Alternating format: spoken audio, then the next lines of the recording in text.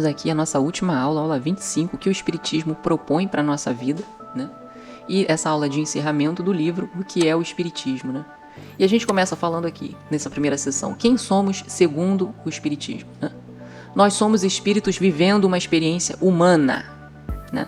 Então o Espiritismo ele vem deslocar a identidade do eu do corpo para o eu do espírito. Quando eu sou esse corpo, eu digo que se eu me afirmo que eu sou a pessoa encarnada num corpo físico na Terra, eu estou limitando a minha existência a essa vida aqui na Terra. O Espiritismo vem dizer, você é um espírito vivendo uma experiência humana. E, conforme, né, os graus evolutivos, você vai ser um espírito vivendo uma experiência marciana, né, venusiana, depende do planeta que você vai encarnar, da tua trajetória espiritual, né? Mas segundo o Espiritismo, né, um conhecimento aqui da Terra sobre os espíritos, você é um espírito vivendo uma experiência humana. Então é isso que o Espiritismo vem dizer. Não somos um corpo que tem uma alma. Porque se a gente fala nós somos um corpo que tem uma alma, a gente dá mais importância a um corpo físico que tem uma existência finita. Na verdade, nós somos uma alma que tem um corpo físico temporariamente. É isso que o Espiritismo vem dizer. Nós não somos esse corpo, nós somos essa alma que vos fala. Nós somos essa alma que se expressa, essa alma que sente, essa alma que tem essa moralidade, essa ética. Nós somos a alma, nós não somos o corpo, né? Então nós somos uma alma que tem um corpo físico. E isso muda radicalmente a forma de viver. A vida, ela deixa de ser um evento isolado e passa a ser uma etapa de um processo muito maior. Isso dá mais esperança. Eu estou passando por isso aqui agora, nessa existência, porque eu preciso aprender isso. Mas isso vai passar, isso é uma fase. O Espiritismo, ele dá a consciência de que os nossos sofrimentos são fase, eles são finitos. A partir do momento que a gente começa a aprender o que a gente precisa aprender, esse sofrimento vai cessando.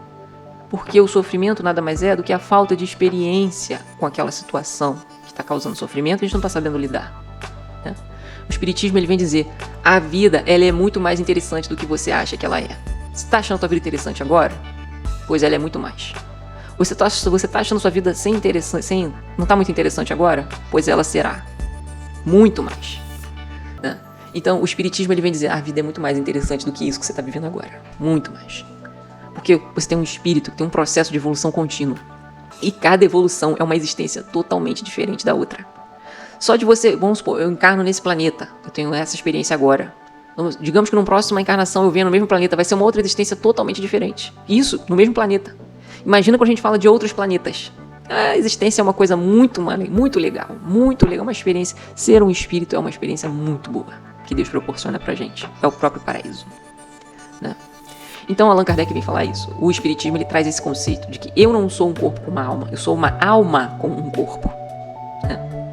Essa existência ela é passageira, né? Eu tô aqui para me aprimorar, né? Então, quando eu penso dessa forma, a vida é apenas uma etapa de um processo muito maior, né? Indo aqui para o próximo slide, o sentido da vida terrena, né? A vida terrena é uma escola, né? Não é um ponto final. Então, a vida terrena é apresentada como um campo de experiências. Então, eu estou aqui encarnada nesse lugar, vivendo ao redor com essas pessoas, vivendo essas situações políticas, sociais, inserida nesse meio. Tudo isso é aprendizado, é experiência. O que eu estou aprendendo com isso? O que a minha alma está absorvendo com isso? De conhecimento, né? Não viemos apenas para gozar a vida. Eu nasci aqui para, na verdade, viver a vida morando nas Bahamas, viver em Búzios, né? Ou para sobreviver. Não, eu vim aqui para viver. Não. A gente veio para desenvolver a nossa consciência, desenvolver a nossa responsabilidade, a nossa sensibilidade moral, né?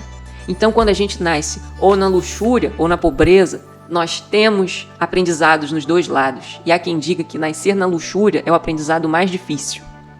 Porque quando você não precisa, não tem aquela responsabilidade, né, de eu tenho que sustentar uma família, eu tenho que sobreviver, né? E nesse processo você desenvolve muitas coisas, desenvolve intelecto, a estratégia, desenvolve vários conhecimentos. Quando você já nasce com tudo que você precisa na sua mão, aí tua responsabilidade o desafio é muito maior, porque você tem muita oportunidade para ficar na inércia e só viver a vida. E a inércia é uma armadilha muito perigosa para um espírito que quer evoluir. A inércia é uma coisa muito perigosa. Então, esse espírito que já tem tudo na sua mão, de graça, não, né? Mas que já nasceu com todas as possibilidades materiais, né? ele tem que se esforçar muito para não sucumbir. Porque a gente vê pessoas que nasceram em famílias abastadas, mas que mesmo assim caíram no vício, faliram a família, só vivendo de lazer, né? Pessoas que mesmo tendo tudo entraram pro crime, né? Então, pessoas que tendo dinheiro usaram para comprar e corromper outras pessoas, para fazer com que nossos políticos, né? Um bom exemplo aí, né? Já têm uma vida abastada e usam essa vida abastada para tornar a vida de outras pessoas pior com seus esquemas de corrupção, né? Hospitais que deixam de ser bem equipados, estradas que deixam de ser bem pavimentadas por causa de questões políticas, né? Eu estou falando especificamente do Brasil. Isso é um exemplo, né?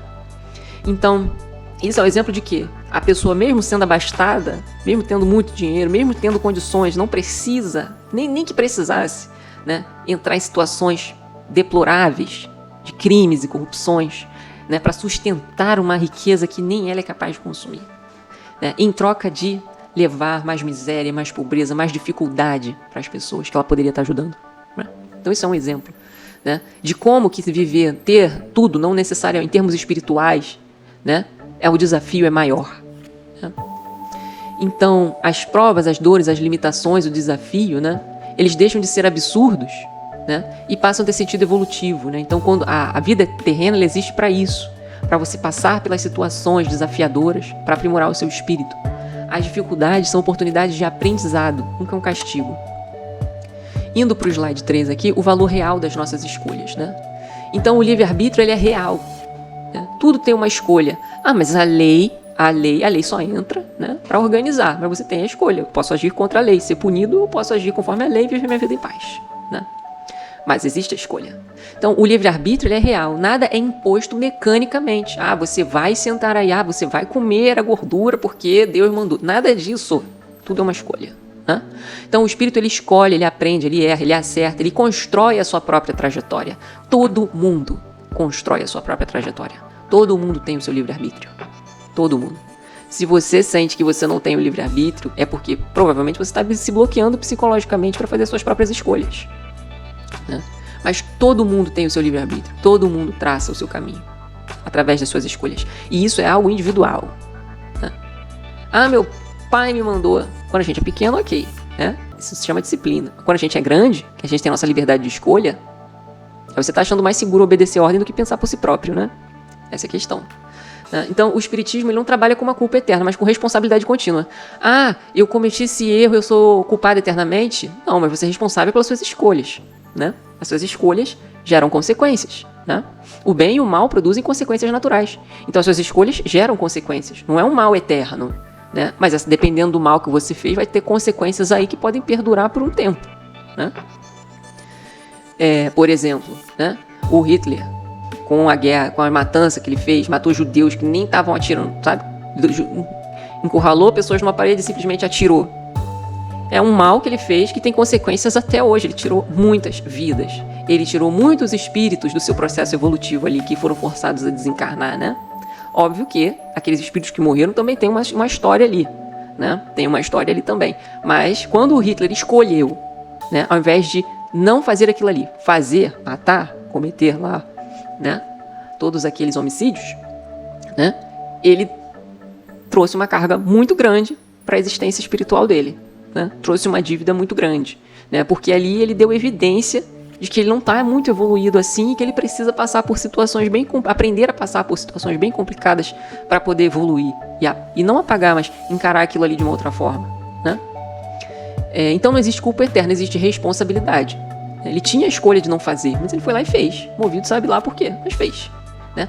Eles tinham dívidas com Hitler, porque em outra existência mas a prova da evolução moral é justamente, eles tinham dívidas com Hitler, ele numa outra existência, ok, mas se o Hitler fosse evoluído, ele ia usar o amor e o perdão, né? Ele não ia perseguir, ele ia fazer justamente o contrário, que daria a prova de que ele evoluiu moralmente e agora estaria no mundo mais adiantado. Mas não, ele agiu segundo a inclinação dele, moral, né? E consequências. Se ele deu evidência de que ele ainda não evoluiu moralmente naquele aspecto, ele vai passar por situações que vão provocar tentar desenvolver aquele conhecimento que ele ainda não tem, né? Então, cada decisão é uma semente para experiências futuras. Então, quando Hitler escolheu assassinar todos aqueles judeus, né, ele já plantou a semente do que seria a próxima encarnação dele, né, o que seria o porvir dele. Ele tinha a escolha de não fazer, mas ele fez, né? Ninguém obrigou ele, ele fez. E isso falou, né? Isso disse, escreveu o futuro dele praticamente, né? Mas é desafio dele, moral dele. A morte como continuação da vida, né? E aqui nós vamos para o slide 4. A morte como continuação da vida. A morte deixa de ser um mistério assustador e se torna uma passagem natural. Então o espiritismo, ele vai tentar tirar de você aquele medo de morrer. Porque ele vai te dizer, a morte é só uma passagem da tua alma para uma outra fase. A tua existência, esse teu jeito, nada disso vai morrer. A coisa que morre é a tua existência corpórea nesse mundo. Então você vai deixar de ter acesso à tua casa, quer dizer, vai continuar tendo, né? Mas não vai curtir muito a sua casa como você curtia antes, né?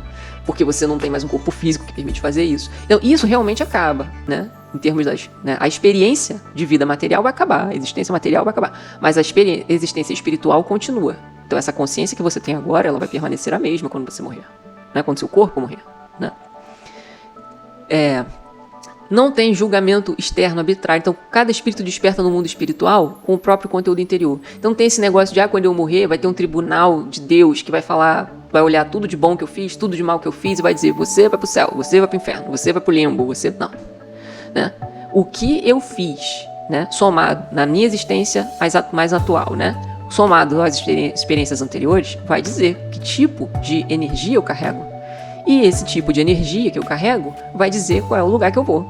Né? Se eu vou para um lugar onde tem espíritos, mas com certeza eu vou para um lugar que espíritos com uma energia parecida, né? Ou não. Né? Então isso vai dizer, se eu fui uma pessoa má, né, no conceito aqui da Terra, má, né, eu vou para lugares onde vão ter pessoas tão más quanto eu. Se for uma pessoa boa, eu vou para lugares onde vão ter pessoas tão boas quanto eu. Simples assim. O progresso como lei universal. Né? O espiritismo ele vai propor uma visão esperançosa. Todo mundo avança. O Hitler matou milhares de judeus indefesos. Um dia ele vai ser um ser de luz. Nossa, mas é muita gente que ele matou. Mas ele vai conseguir corrigir isso.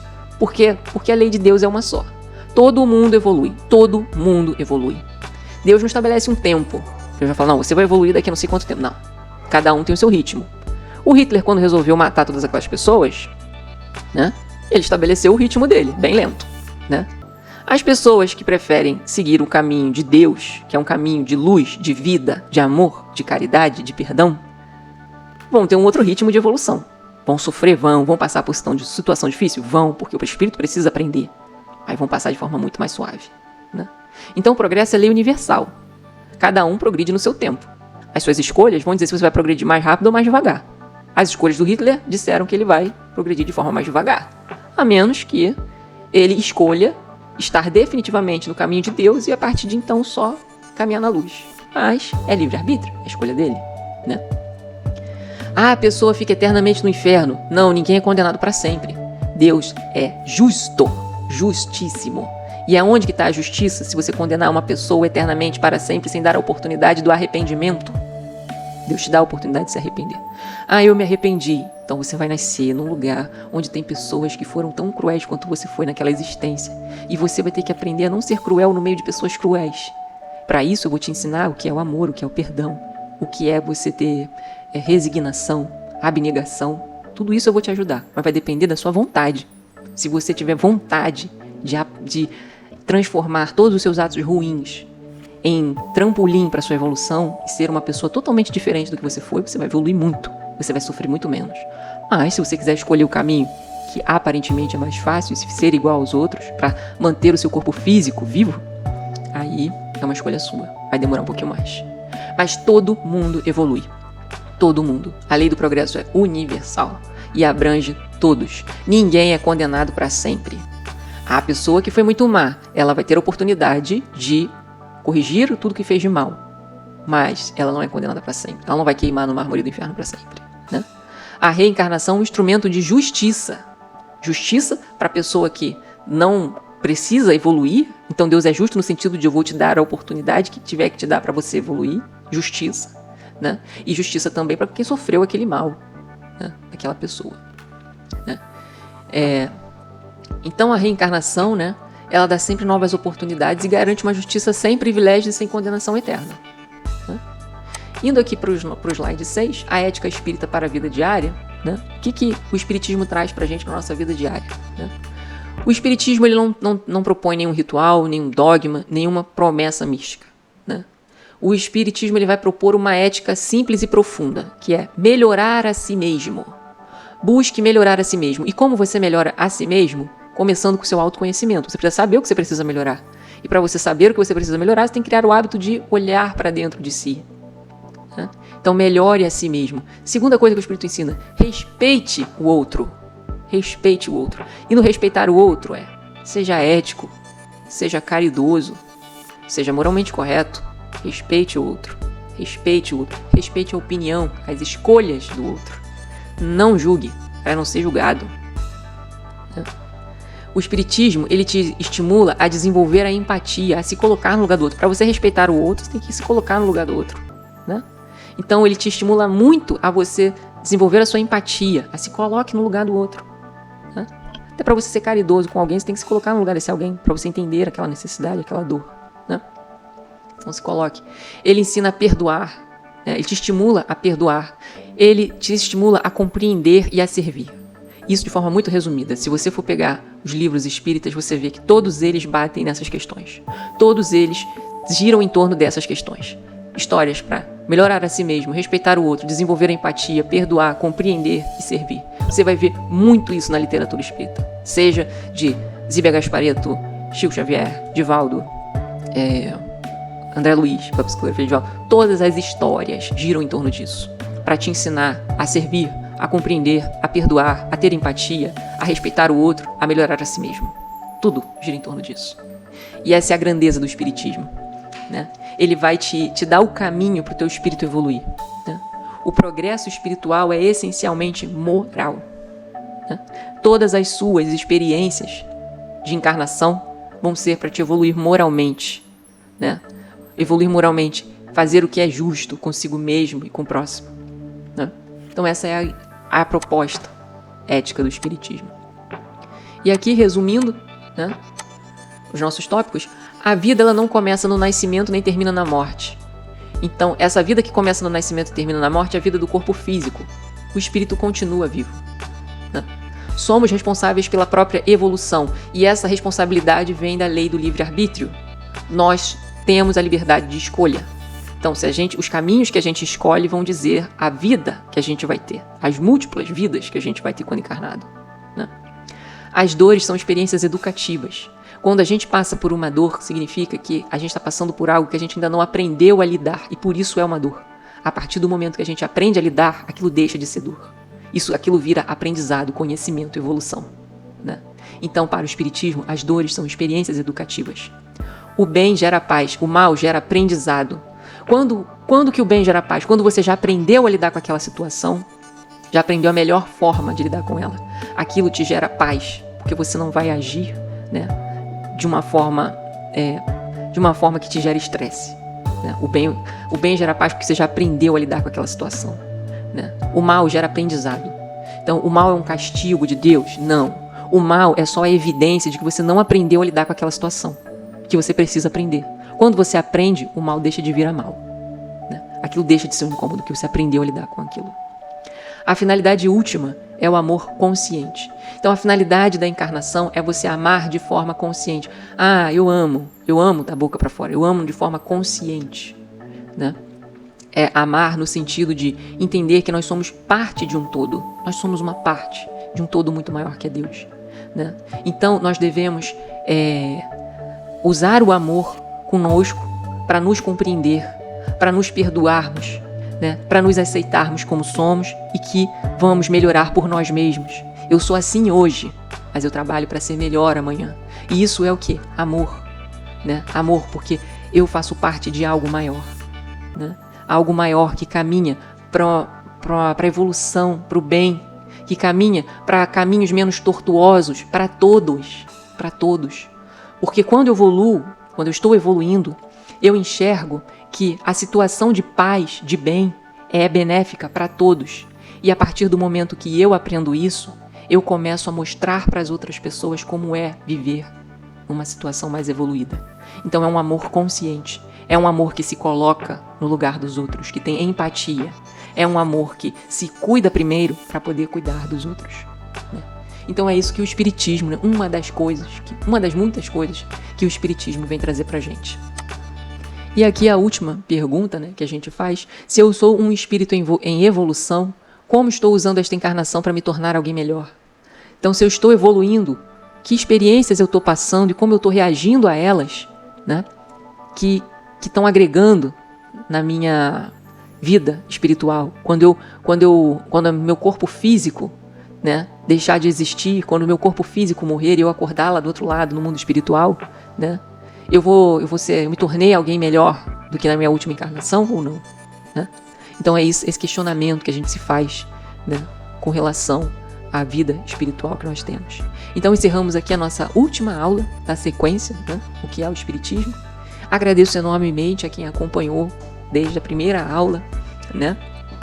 Entendemos aí muitos temas da doutrina espírita, né? E espero que essa sequência de aulas tenha colocado uma semente em vocês, né? Uma semente no sentido de sempre questionar, sempre pensar: tem vida após essa? Tem esperança? O sofrimento é finito. Eu tenho que me tornar uma pessoa melhor. Eu tenho que me tornar um espírito melhor. Porque cada vez que eu evoluo, eu me aproximo mais de Deus. Eu participo dessa vida eterna, que é a vida com Deus. Que é uma vida que a gente não consegue nem vislumbrar de tão maravilhosa que deve ser. Porque é uma vida de pluriversos. A gente acha que só não tem mais... A ciência já comprova, nós temos múltiplos universos. Imagina, a Terra é um pedacinho de um pedaço um pouco maior. Imagina tudo que a gente pode viver, tudo que a gente pode aprender, tudo que a gente pode fazer pelos outros depois que a gente evolui. Quantos seres... Não vou falar pessoas porque eu estou limitando a experiência aqui na Terra. Quantos seres a gente pode ajudar com a nossa evolução? Quantos seres que hoje estão em sofrimento e podem ser ajudados com a nossa evolução? Então é isso que o Espiritismo vem trazer pra gente. Evolua, porque todo o bem que você gera traz uma carga positiva muito boa, muito satisfatória, muito feliz para você. Então é isso, gente. Encerramos aqui. Agradeço enormemente. Coloquem nos comentários se vocês querem outros temas. E é isso aí. Obrigada por todo o teu acompanhamento até aqui.